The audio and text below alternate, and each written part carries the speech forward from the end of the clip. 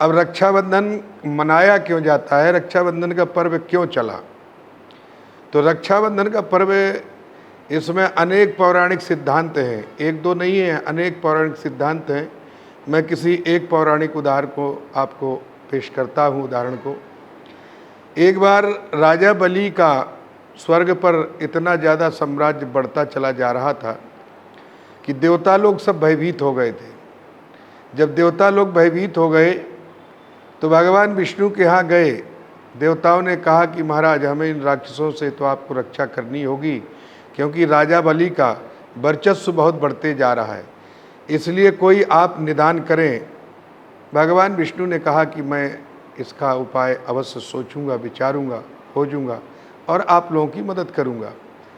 तो भगवान विष्णु ने बटुक का रूप धारण किया। बटुक का रूप धारण किया और भगवान विष्णु राजा बलि के यहाँ गए।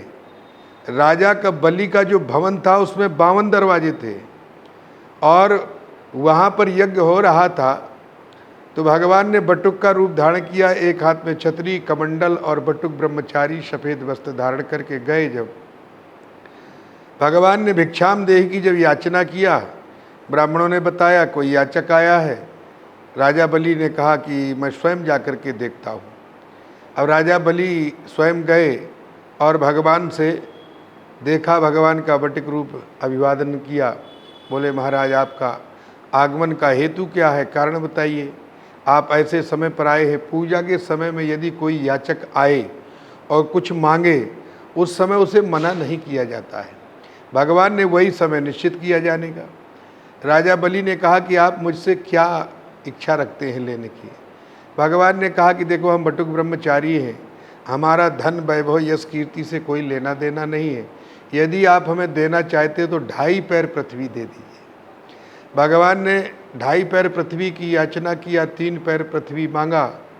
लेकिन जब राजा बलि ने संकल्प कर दिया तो भगवान ने जब उसे नापना शुरू किया तो विराट रूप, 1 पैर सीधे स्वर्ग में गया, 1 पाताल में गया और 1 पैर के लिए अब जगह नहीं रह गई। 3 पैर पृथ्वी की जो संकल्प हुआ था वो तो पूरा हुआ नहीं। 2.5 पैर में ही भगवान ने पूरा काम कर दिया। अब जब 2.5 पैर में काम पूरा हो गया, भगवान ने कहा कि राजा बलि अब 3रा पैर, बोले प्रभु मेरे ऊपर रख दीजिए। राजा बलि का भी भगवान ने उद्धार किया। भगवान ने कहा कि बलि, तुम कुछ मुझसे मांग लो, क्योंकि मैं तुम्हारी दान वीरता पर इतना प्रसन्न हूँ। मैं कभी किसी से कुछ लेता नहीं, भक्त के भाव को परखता हूँ और आपने भाव से जो कार्य किया है मुझे बहुत अच्छा लगा है। मैं आपकी भक्ति पर, दान वीरता पर अति प्रसन्न हूँ, आप वरदान मांग लो। राजा बलि ने कहा कि मैं कुछ नहीं चाहता हूँ, मैं ये चाहता हूँ कि मेरे भवन में जो 52 दरवाजे हैं, जिस दरवाजे से मैं निकलूँ बस प्रभु आपका दर्शन हो, मैं ये चाहता हूँ। भगवान ने एवं मस्तु कह दिया। जब भगवान लौटे नहीं तो लक्ष्मी जी को इस बात का पता लगा कि श्री हरि नारायण और मेरे पति विष्णु कहाँ चले गए, इतने समय तक आए नहीं, राजा बलि के यहाँ गए थे, क्या कोई बात हो गई। जब लक्ष्मी जी ने पता किया और देवर्षि नारद ने जाकर के तुरंत ही बता दिया कि माँ, भगवान तो श्री हरि राजा बलि के पहरेदार हो गए हैं। वो 52 भवन का जो उनका मकान है, दरवाजे जो लगे हैं, बस हर दरवाजे पर श्री हरि का दर्शन होता है। लक्ष्मी जी बहुत परेशान हो गई। लक्ष्मी जी ने विचार किया कि अब ये कैसे होगा और इसका निराकरण कैसे होगा, मेरा पति मुझे तो प्राप्त होना चाहिए। तब लक्ष्मी जी ने एक उपाय किया।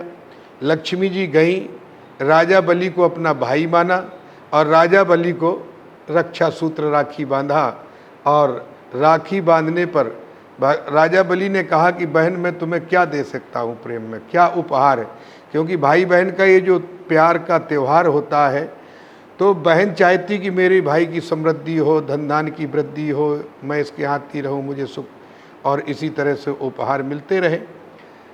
तो राजा बलि ने कहा कि तुम मांग लो, मैं राजा हूँ, मेरे पास किसी चीज़ की कमी नहीं है।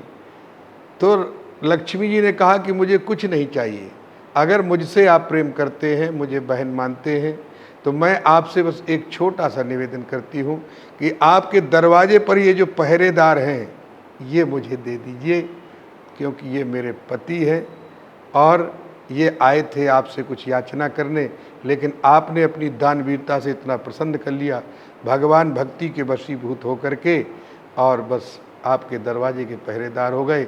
तो भगवान ने इस तरह से आपकी दानवीरता को स्वीकार किया, पहरेदार बने। तो बस वहाँ से लक्ष्मी जी ने रक्षाबंधन का त्यौहार पर्व प्रारंभ हुआ और लक्ष्मी जी ने बलि को भाई बनाया, रक्षा सूत्र बांधा। एन बद्धो बलि राजा दानवेंद्रो महाबला तेन त्वाम प्रतिपदनामी रक्षे माचल माचल। यहाँ से रक्षाबंधन का त्यौहार प्रारंभ हो गया। जय श्री राधे, हर हर महादेव। सभी भक्तजनों को आगामी रक्षाबंधन की हार्दिक शुभकामनाएं। सौहार्द, भक्ति और प्रेम का यह त्यौहार भाई बहन इसी तरह मनाते रहें। हर हर महादेव की